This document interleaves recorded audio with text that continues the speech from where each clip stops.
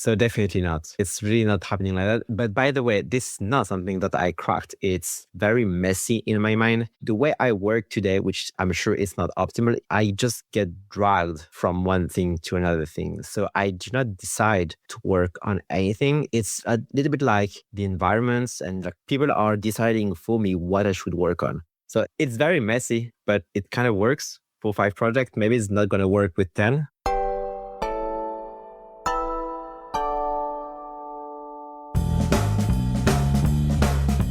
Hello and welcome to this episode of Confessions of a B2B Entrepreneur. My name is Tom, your host, and today we have a big episode.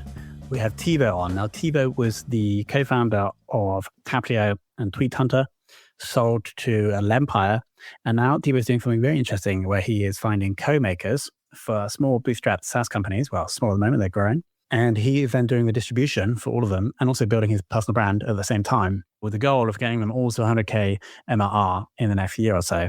Making great progress, a must follow on Twitter. And so we dig into that strategy, how he's doing it, how he's doing distribution for 5 products, the impact of the personal brand, how he's finding those co-makers in this episode. So please listen. I really enjoyed this one. Before we jump into this, shout out to Fame for producing the show. Please go to fame.so if you like a podcast like this one. Let's jump into the discussion with Thibaut right now. If you're building a B2B SaaS product or AI agent, check out GearHard. They're not just a dev shop, they're founders who built and exited their own startups. So whether you're validating an idea, already scaling, they know how to meet you where you are. They've helped launch 70 products, including Smart Suite, which raised $38 million. Right now, Confessions of a B2B Entrepreneur listeners get a free strategy session and 20% off validation, discovery, and prototyping throughout September. Hit the link in the description to claim your slot.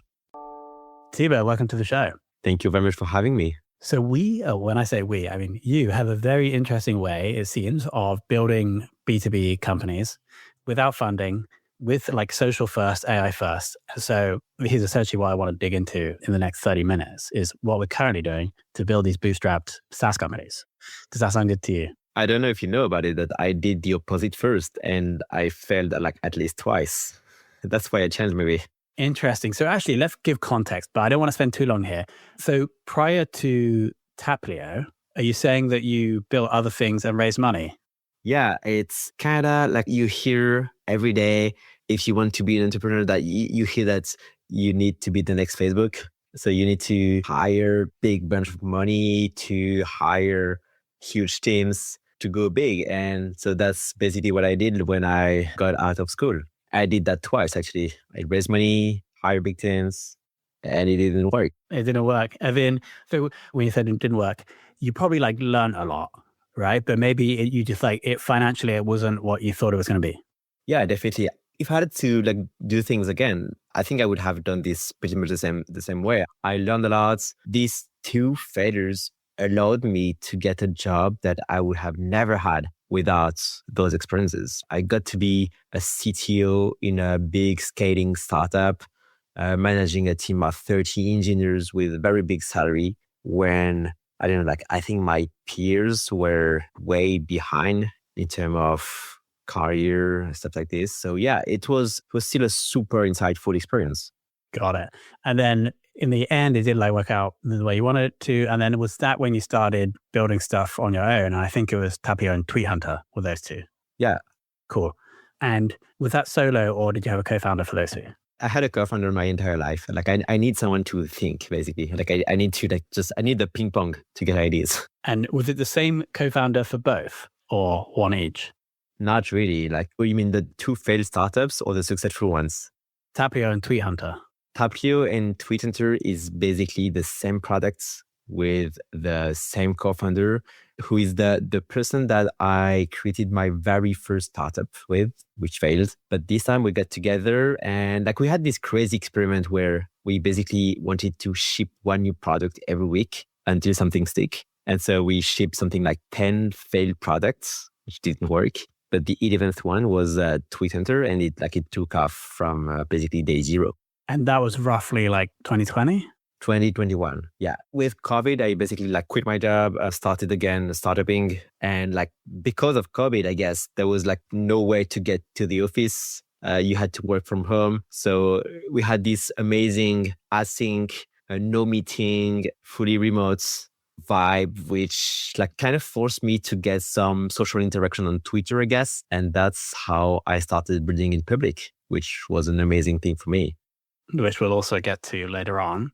And then what made the two of you decide to sell those two businesses? I think we were just scared, just afraid about things were going so fast. We were getting like so much growth. It was just basically like we're so scared about this happening so fast and at the same time scared of everything collapsing from one day to another without us getting any money from that. I'm saying this, and at the same time, we started this product with the idea of building this, grow to 10K in monthly revenue, sell, start over, and repeat the cycle. And it didn't really happen like that. It grew much more than 10K. We took more than a year to set it. And then what we didn't anticipate was that the acquirer of the product would ask us to stay 2 years in business to like as a transition period because the amount was so big. But did you guys do that? Yeah, we did. Oh, I wasn't aware of that. Cool. And did a little bit before the 2 years because like we had some disagreement and we find a nice way out. But yeah, we still I think we stayed something like 1.5 years. And the total amount I think is public. Was it $8 million for the two of them? The total amount for the deal? It would have been 10 million if we had achieved all our goals, but we didn't. But still, it's pretty nice amount. Like the deal was like 2 million upfront, and from 2 we could scale up to 10 depending on milestones that we have to achieve. And I think we achieved 5 out of 6 milestones. So we got 8 million instead of 10. So after that, you could have just, I guess, gone out on a beach with your share of the cash, but you didn't. And this is what we're here to talk about today. It didn't even cross my mind. So as it stands today, I think you have 5 products that you're working on. Is that right? Yep. And the goal is to get 5 products that are public. Oh, okay, cool. So let's just talk about the public ones. And the goal is to get them all to 100K MRR. Yeah.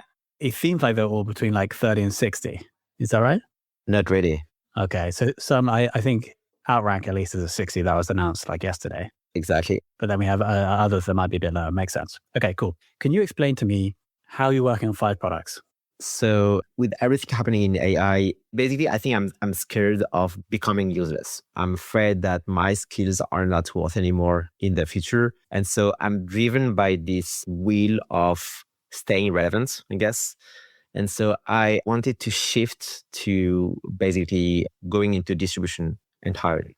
Interesting. And so distribution to me means mainly being active on socials, but it also means ads, SEO, and this other kind of stuff. And the more I was working on those, the more I realized that distribution from one project to another is very similar. You have a lot of ways that you would do the same in similar products. And so I thought that, so if I have to spend a lot of energy growing my X accounts, if I have to spend a lot of time working on my newsletter, it would be better if it could serve multiple products. And that's exactly what I'm doing. I'm spending a lot of money on my newsletter. I try to deliver very high quality content without any sponsor, like no ads, but I talk about my products. And I do it in a way which I think is also relevant to my audience. Roughly what amount of your working hours would you say are you investing in the personal content through X, through the newsletter, etc.? That's a good question. I think it used to be 30 minutes per day at the tweet and through Tapio time. And it's getting to maybe something like 1 to 2 hours per day. So it's bigger, and something that I just tell myself quite often is I should expand, like I should be more active on LinkedIn and maybe other networks, which I know very little. But yeah, I try to grow this part of my time. Makes sense. So you're able to do just distribution because you have essentially co-founders who are doing the building for each of the 5 public projects, right? Yeah, with this works very well. By the way, I would try to call them co-maker, maybe, because like we have this structure which I really like, which is more product oriented. Not every single project is a company. So we have partnerships in place which cover the products instead of having the huge burden of having to create a company to host the products, etc. Interesting. So you might have one company that you own, and then you're working some kind of deal with each co-maker so that they get paid or they get ownership. Yeah, we have what we call like distribution rights on any product. For example, we would say like 50% of the profit will be for me and 50% of the exits, if any, is going to be for me and the rest is going to be for you. Got it. And how did you find these co-makers?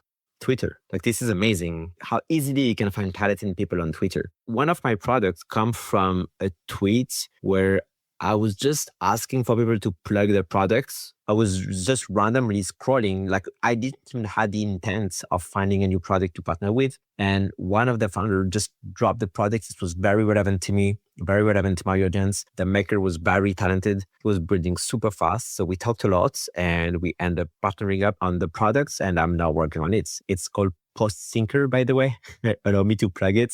Yeah, of course. We're going to link to all of the products below to get some even more attention. But I think here's a critical thing here, and maybe one of the key success factors for the growth that you're seeing, is that you yourself are technical. And so I think that allows for a very probably a productive relationship with the co-makers, because it's not like you're some non-technical co-founder who have no idea what they're talking about when you bring them product feedback, for example. Like, you guys can probably collaborate, they're building, but you like know about it, right? And so you can work with them more effectively. Yeah, there is a project where like Revit is my biggest project. It's a video making tool. On this project, I'm still coding myself. I'm coding in a more growth way. I will build the growth features, but I still code. And I guess the way I talk about like my ideas and my feedback, it's prompt friendly. Meaning, I'm pretty sure like my co-maker can just copy paste my comments, put it on Cursor as a prompt, and it will build the thing. Got it. And you're able to do that because you have the technical skills and knowledge of AI. Back to distribution though, you mentioned the primary thing you're doing is building your personal brand, which is then bringing attention to the products. But then it seems like you're doing other stuff as well, like SEO, ads, etc. And so your point earlier about when you're doing growth, or growth for products can be like the same thing. Does that mean like on any given morning, you're like, I'm going to work on SEO today, and I'm going to work on SEO for 3 of the companies because it's all similar SEO work? Is that your thought process? So definitely not. Like, it's really not happening like that. But by the way, this is not something that I cracked. It's very messy in my mind. The way I work today, which I'm sure is not optimal, it's I just get dragged from one thing to another thing. So I do not decide to work on anything. It's a little bit like the environments, and like people are deciding for me what I should work on. It can be like a Twitter DM where the guy is going to complain about something which will give me an idea, which I'm going to write on Cursor to implement a feature. And while it's going to generate, I will check my Slack message where one of the co-makers is going to drop an idea, which I think is awesome, but I have a slight variation of this idea, which might be even better. And while we're talking about that, the Cursor feature is going to finish. And so I will just get back at it and test it. And at the same time, I will just write a tweet about this process. It's very messy, but it kind of works for 5 projects. Maybe it's not going to work with 10. Yeah, it sounds chaotic, but also it sounds like you can manage it, and it sounds like you can be productive. Yeah. The one thing which is tiring, I'm not doing long hours. Like, I spend a lot of time with my families. I'm lucky enough to be able to spend time with my kids. But still, like, it happens very often that I get ideas about the business stuff while I'm really not working. So the tiring stuff is that it's always in my head. And so having so many projects make me kind of think about all that constantly. Were all the products partially built, or at least the co-maker had the idea before you got involved? Or were you also there at the idea stage and then you found the co-maker? The 5 projects that I'm currently working on, yes, they do. I'm not the one with the original idea. There are some I acquired them and some I just joined. Got it. And for a co-maker that's like very talented at building, but maybe doesn't like marketing, doesn't have an audience, it's quite a compelling offer that you have, even if you're not going to give them any cash, to be like, let's partner on this. I'll do the growth. We'll split the profits. It seems quite compelling. Yeah, it really depends on if it works or not. It's very hard to advise people on doing that because it truly depends on the guy. it worked for me in both situations because like on Twitter and Tapio, we did exactly this by partnering up with a distribution guy. And we did it once with Twitter and we did also with Tapio. And it worked with both. And I'm now doing it again, but I am the distribution guy. So I like very much this system. But obviously, if you are just partnering up with the wrong person, it's not going to work. You got it. Yeah, you have to choose the right person. And so I presume that most of the 5 are profitable. Are you taking that cash and reinvesting it into the same product, a different product, or like taking it out and doing something else with it? So all of them are profitable. Basically, even the smallest one, which is like the new baby post thinker, like this video scheduling app, it's only doing 200 per month, but it basically has no costs, like just hosting costs, which is like 100 per month, something. So it is profitable, even if it's very low. The thing is, all my projects, they have something in common is that they don't require big teams. So they are pretty much all their costs are usage based. If there is usage, they cost a lot, but they also profit a lot. So the very important mindset shift from how I used to work before, where I used to spend money that I didn't have. Whereas right now, I'm spending money that I have. So I'm not investing anything except when I acquire a new product. I'm just spending the money that the monthly recurring revenue allow me to spend. And you're spending that, reinvesting into the products or something else? What would it mean to reinvest in the products? Well, you mentioned that you're running ads, right? And so that'll be an example. So good example, like I'm running ads, but ads needs to be profitable for me to run them. Like I will not do like what Coca-Cola would do, where they would just spend awareness, like spend money on ads to raise awareness. I will not do that. I will just create ads that should be profitable from start. If the ads are not profitable, I will just shut them down. So it's not really about like spending money, like reinvesting. It's about like spending money, which are getting back right away, basically. And to get back to like investing in your products, the way I used to do that is hire a team to work on the product and making it better. And I cannot do that anymore because I'm not hiring anyone. This is kind of a law of how I want to work right now because I want to maximize freedom. I don't want to have employee.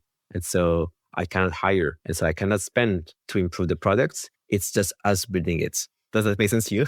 It makes total sense. And probably what's also then forcing you and the co-maker to do is invest in AI for building and also for probably support as well. Like obviously you do as much as you can, but that's also going to push you forward in that dimension if you have the constraint of not being able to hire. Yeah, definitely. I had this conversation with one of my co-maker, which was afraid of spending 100 or 200 or 400 USD in AI cost to actually build the software, like in cursor cost. And I was like, this is like a 10th or 100th of what we would spend in employees. So like, go for it. It makes things so easier. And are you planning to add more products to the roster? I think you mentioned going up to 10. The way I mentioned that is in a way that I probably shouldn't. I don't think I can do that without changing the model entirely. And that would mean like hiring someone, finding a way to scale this being. For now, I don't see how it would be possible, but maybe I will find a way. I don't know. Yeah, I guess you could like trial with new ones. And then if they're more promised, maybe you could like churn out some of the other ones that like sell them or put one on maintenance mode, you know? That would be a way. Yeah, makes sense. Cool. And so let's say you get to 100K MRR in the next year. I think I saw in the tweet thread that we'll link to below that will be, if you're 500K, that's 50K ARR over the group of 5. Would that be right? So it'd be 100 times 5, so it'd be 500 a month. It'd be 6 million. Yeah, that would be 6 million per year. And then selling it at 8x multiple or no, higher than that. Gets you to 50. Is that the plan to sell? Or I think the sense I get from you, Thibaut, is that you really enjoy the building. Yeah, and that's a very good point. Something that I tell myself, and it's not always the case with the co-maker that I work with, but something that seems very important to me is not selling. It was nice, like getting a bunch of money at one point, and of course, I'm super happy and grateful for it. But it was painful. It was incredibly painful to go through this phase, to see someone else working on your product and sometimes like not doing what you would have done. I consider the acquisition to have done in a very good way, both for us and for the acquirer. But at the same time, I really don't want to go through that again. It's full of conflicts everywhere because you don't have a shared interest. So yeah, it's full of conflict. Yeah, I mean, I think the word that you said earlier, which is clearly like a big value for you, is freedom. And selling, at least if you have an earnout, selling is going to reduce freedom. Yeah, exactly. And then what I didn't anticipate is all the people who are DMing you because Twitter broke and they want you to fix the bug, but you are not working on it anymore. I heard that. Got it. So that is also a challenge if you do, regardless of the earnout, isn't it? Is people still assigning the product to you. I guess that is the challenge though, when you assign your personal brand to products, which is a big part of the growth of these 5 is you as a person, isn't it? But that's the price you have to pay. So final question, I'd love to know like the average day to day. So if we take today, for example, you have to share what you actually did, but obviously you're doing this interview and 1 to 2 hours, you said, on content creation. What else do you have in the pipeline today? So pretty, I guess, normal day. I spent an hour writing, checking X, replying to people. I did something quite interesting where I noticed on one of our dashboard that people on Reddit were asking a lot for a way to cartoonify a video. And so I spent, I think, 2 hours trying to build this cartoonifier where I would just basically, I took a 1 minute long extract of Harry Potter and I tried to just make it a cartoon. So I cut it in chunk of 5 seconds and ask the extract some frame, cartoonify the frame and try to regenerate the video from the frames with an image to video model. And it didn't work. The result is really not here. So I don't think I'm going to ship it. I posted about this on X just to see if anyone has an idea which could just unblock me. But that was just 2 hours of experimentation, which I think are lost right now, but maybe I'll find a way to make it work. I don't know, but that's part of the game. Part of the game. And that's like quite a good description of what your average day is, right? So you're actually coding on that product. You're spending time promoting that 2 hours. Exactly. 2 hours coding, 1 hour writing, 1 hour talking with people, and 1 hour podcasting with you. Which is part of the personal brand. And on that note, we're going to let them name. So we're actually a customer of Outrank, by the way. I'm really enjoying it. We've posted 4 posts, I think. I'm really excited to see the Google Search Console after a month. Banging product. So we'll link to that first. That's my favorite one. I haven't tested the rest in all honesty. But what's the name of the other 4? Just so we get the name in the episode as well. So Revit is my video making tool, which is the biggest for my projects. Outrank is the second one. The one that I really like, which goes with Outrank, is Feather. It's a way to build a blog from a Notion. So it basically uses Notion as content management, but then publish a blog for you. And I also have Super X, which is a way to grow on X and to scale the contents and come up with contents. Is it a similar product to Tweet Hunter, or is that a sensitive issue? Yeah, it tries to be with a lot more pressure because the environment, the scheduling, the X tool space has evolved a lot. And so it raised the bar much higher. And so it's a hard product to work on. Yeah, I can imagine. If the foundations of your building is shifting a lot, then it's quite hard to build a building. And what's the final one?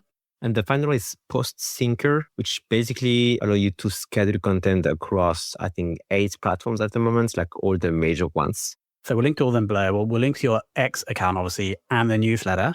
Anything else that we should link to or mention? No, I think it's pretty much covered my things. Thank you very much, Tom. My pleasure. Thibaut, what an epic journey. I can't wait to follow along to the 100K over 5 products. Can't wait. I think it's a very innovative and epic model building B2B bootstrap businesses. Thibaut, thank you so much for coming on. Well, thank you very much for allowing me to talk about that. That was amazing. Okay, team, thanks for listening. What do we think about Thibaut's model? Epic. I think the key there is that Thibaut has the technical chops, right? So he can really work effectively with the co-makers. Also now with the personal brand, must be really amplifying the growth. Shout out to Fame for producing the show. Shout out to Thibaut for coming on. And shout out to you for listening.